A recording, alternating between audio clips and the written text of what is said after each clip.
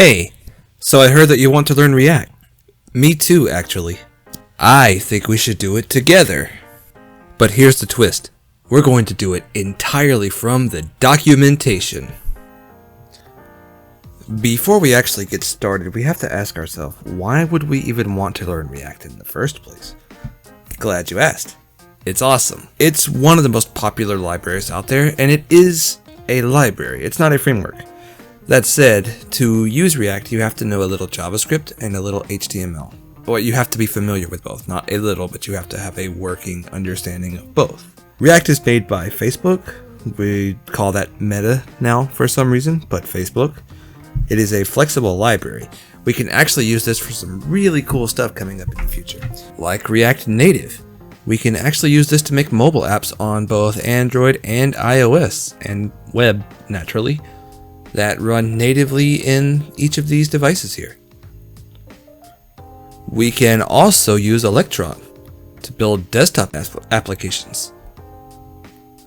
React is just all around cool. It's growing, many things are going, and you can use it for parts of your code or not, or whatever you feel like. So let's just start on the getting started part of the page here. We're going to actually learn React the fun way. So this is the documentation. This page is an overview of the React documentation and its related resources. This will actually be linked in the description below, and you can follow along if you'd like. I kind of want to try to explain things as I understand them as I go. So React is a JavaScript library, not a framework, so we can use it for building user interfaces. So we can learn what React is all about on our homepage here, and let's see what it's about. This tells us everything we want to know. React is declarative. React makes it painless to create interactive UIs, which is cool. I actually have done a little bit of React, so it's not like this is going to be completely new to me. But we can design simple views for each state in your application, and React will efficiently update and render just the right components when your data changes. So that's a cool thing too, is that it doesn't, so the entire page, the DOM, it doesn't actually load everything as it goes. It changes a virtual DOM, and we'll see that when we get there. React is component based. This is cool because it's going to show things just like HTML, like it's going to look like HTML in a sense, but we have components that are, they're made of classes, and we just plop them in, and it's like we have reusable code that looks like HTML in angle brackets. It's awesome. So we can learn once, write anywhere. And that's the selling point right there, is that you can actually derive components and you can actually use them however you feel like. I'll leave the rest of this page for you guys to read what React is about and why you'd want to use it. But for us, let's actually start the tutorial. So we can try React. React has been designed from the start for gradual adoption. You can use it as little or as much React as you need, meaning you don't need to use it in your entire code. I personally want to use React for all of it because it's awesome, and you could just have JavaScript laying somewhere in the middle of it. We have our online playgrounds here, so if you're interested in actually trying out React, try these right here. This will all be linked in the description as well, but check these out. Typically I would use something like CodePen, but you can actually use a little React right here without having to install it on your desktop. But we're probably going to install it at some point. So we can add React to our website, all of this, yada yada, create a new. I think we just want to just go and learn it. So let's learn some React. The rest you all can do yourself. Learn React. People come from React from different backgrounds with different learning styles. Whether you prefer a more theoretical or practical approach, we hope you find this section helpful, they say.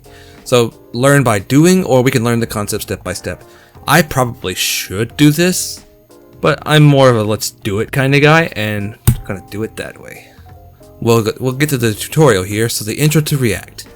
Before we start the tutorial, we will build a small game during this tutorial. You might be tempted to skip it because you're not building games, but give it a chance.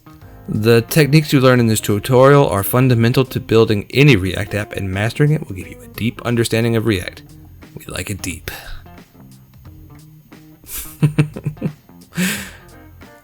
So what are we building here?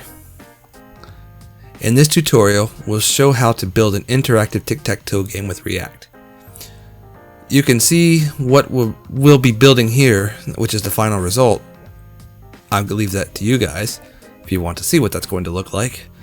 If the code doesn't make sense to you, or if you're unfamiliar with the code syntax, don't worry. The goal of this tutorial is to help you understand React and its syntax. Oh boy, we're going to learn something. So the prerequisites, I've actually kind of told you this. You have to know a little JavaScript, and HTML. So at least have a working understanding of JavaScript and HTML. CSS too, but that's kind of beside the point. At a minimum, if you're not familiar with JavaScript, you should have some of the programming concepts done. Like have them down before you actually attempt this. You need to understand what objects, arrays, and to a lesser extent classes are. If you've seen anything or done anything in Unity, you may know what all of these things are already, and if you've been following along with my game dev series, you're probably going to have some idea of what these things are. I haven't really used arrays in that, but yeah. With that said, we're through the prerequisites here, and I'll see you guys in the next video where we set up for the tutorial.